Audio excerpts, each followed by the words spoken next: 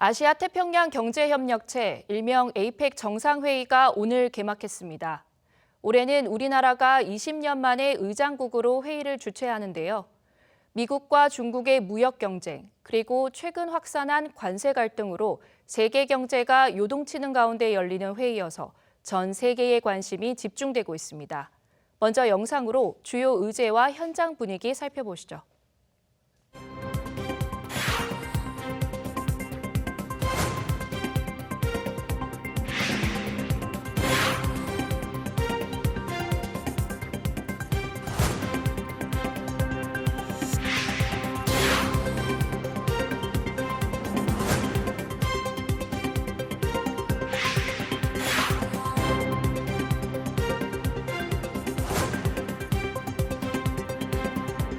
우리 모두는 국제 질서가 격변하는 중대한 변곡점 위에 서 있습니다.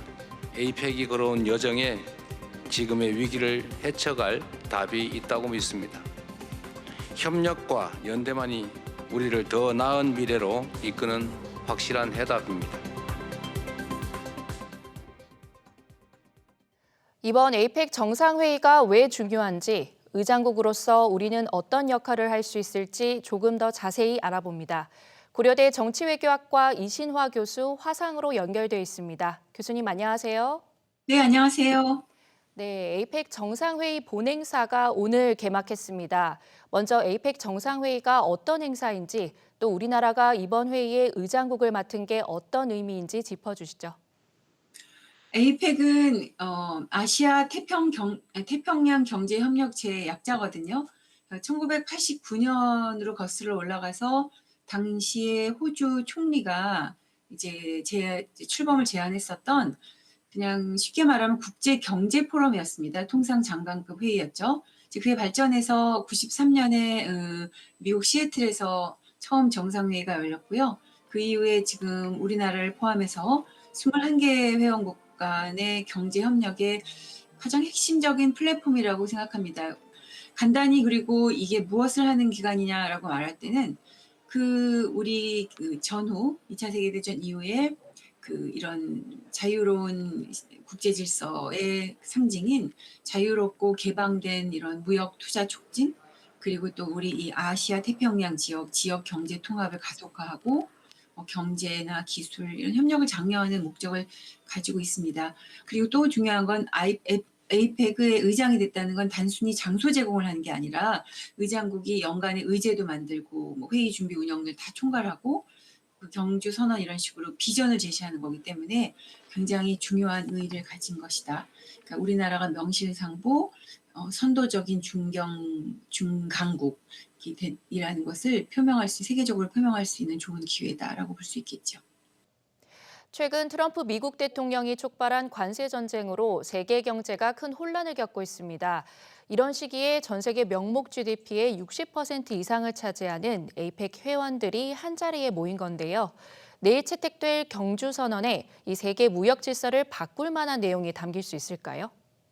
사실 이번 경주는 이제 크게 말해서 연결, 커넥트, 혁신, 이노베이트, 그리고 번영, 프로스퍼, 그렇게 3대 우선순위를 강조하면서 이제 연결과 복원력 있는 세상을 만들고자 하는 거였고, 그러한 취지에서 경주 선언을 지금 만들므로써 세계 무역 질서의 변화에 이런 아태 국가들이 어떻게 잘 적응할 것인가, 이제 그런 부분들을 이야기하는 것으로 지금 가닥을 잡고 있는데요. 근데 트럼프 1기 때도 그랬었는데 지금도 미국은 양자회담으로 상대방을 강하게 압박하는 반면에 다자주주의 체제는 굉장히 무시하고, 오히려 미국이 만들어낸 자유무역 질서 다자주의를 시진핑이 들고 뛰는 그런 좀 아이러니가 벌어졌다라는 의미에서, 과연 이번 에이펙 회담에서 우리가 아무리 이런 자유공정무역 정신을 재확인하려고 노력하고, 또 이런 글로벌 공급망이 지금 제일 중요한데, 그런 공급망 탄력성이나 강화 공급망 다각화를 한다거나, 위험 관리를 협력한다, WTO 역할을 강조한다, 에이펙 내 공급망 재편을 촉진해서 무역 장애물을 감소한다, 이런 부분들이 이제 디지털 혁신이나 무역 협력 강화나 이제 그런 차원에서 경주 선언에 나올 텐데 과연 어제 미중이 합의를 한 걸까요? 조금 그렇죠. 그래서 미중 합의 없이 과연 그것이 가능할 건지, 그리고 과연 이 경주 선언이 그런 상황 속에서 실효성이 제한적일 수밖에 없는데 세계 무역 질서를 바꿀 만한 획기적인 새 무역 협정을 체결한다. 그건 힘들겠죠. 그러니까 결국은 보수적으로 갈 수밖에 없을 것 같아요. 기존 자유무역 원칙을 재확인하고 또 실천적으로 어떻게 협력하나, 특히 아까 말씀드렸던 공급망 중요하고 디지털 표준화 이런 걸 통해서 위기 관리죠, 뭐. 그래서 안정화에 기여할 가능성이 큰 것 같습니다. 네. 특히 미국과 중국 두 강대국 정상의 만남에 관심이 쏠렸습니다. 이들의 결정에 미칠 영향이 크기 때문인데 이런 상황에 의장국을 맡은 우리나라가 할 수 있는 역할은 무엇일까요? 그 균형자 역할이나 아니면은 중간국 역할이나 그런 거를 할 수 있는 거라고 저는 생각하지는 않습니다. 오히려 이런 미국과 중국 간에 뭐 가교 역할을 한다라는 것을 지나치게 강조하다 보면 그 최근에는 그걸 전략적 모호성이라고 불러서 오히려 우리에게 플러스가 안 될 확률도 높거든요. 이제 그런 상황 속에서 그 전략적 명확성, 그러니까 한미 동맹과 우리와 생각을 같이 하는 유사 입장 국가와 강화를 하되 중국과 전략적 파트너십을 가지고 저기 이렇게 위기 관리도 하고 서로 이 지역의 이웃 국가로서 협력을 하는 그런 방향으로 나가는데 초점을 맞춰야죠. 그러니까 무슨 소리냐면 미국과 중국의 그 본인들의 이해관계에 따라서 우리를 어떤 식으로 활용할 것인가라는 것은 고민을 할 거고, 우리는 그 틈새에서 고래가 싸우거나 고래가 아주 친하게 지내거나 둘 다 우리가 피해자가 될 수 있다라는 그런 여러 가지 상황을 분명하게 인지하고 우리가 얻을 수 있는 국익을 실질적으로 하는 게 오히려 더 득이 되는 것이지, 미국과 중국의 무슨 다리를 놓는다거나 그런 상징적인 의미는 지금같이 무역 전쟁이 결국은 국가의 안보와 존망을 좌지우지하는 상황 속에서는 그렇게 크게 이렇게 저는 이렇게 초점을 맞춰야 될 부분은 아니라는 생각이 듭니다. 네. 네. 이번 에이펙 정상회의를 계기로 우리나라가 세계 무대에서 어떤 역할을 키워가야 할지, 또 어떤 목표로 발전 방향을 설정해야 할지 마지막으로 조언 부탁드립니다. 네. 간단히 말씀드리면 첫째는 공급망 기술 표준을 결합한 어떤 전략 경제 구상을 통해서 우리가 잘 아는 그 반도체, 배터리, AI 이런 핵심 산업을 통해서 저는 우리가 기능 동맹은 우리가 구축할 수 있을 것 같거든요. 그래서 기능 동맹, Functional Alliance라고 부르는 기능 동맹을 구축했으면 좋겠고요.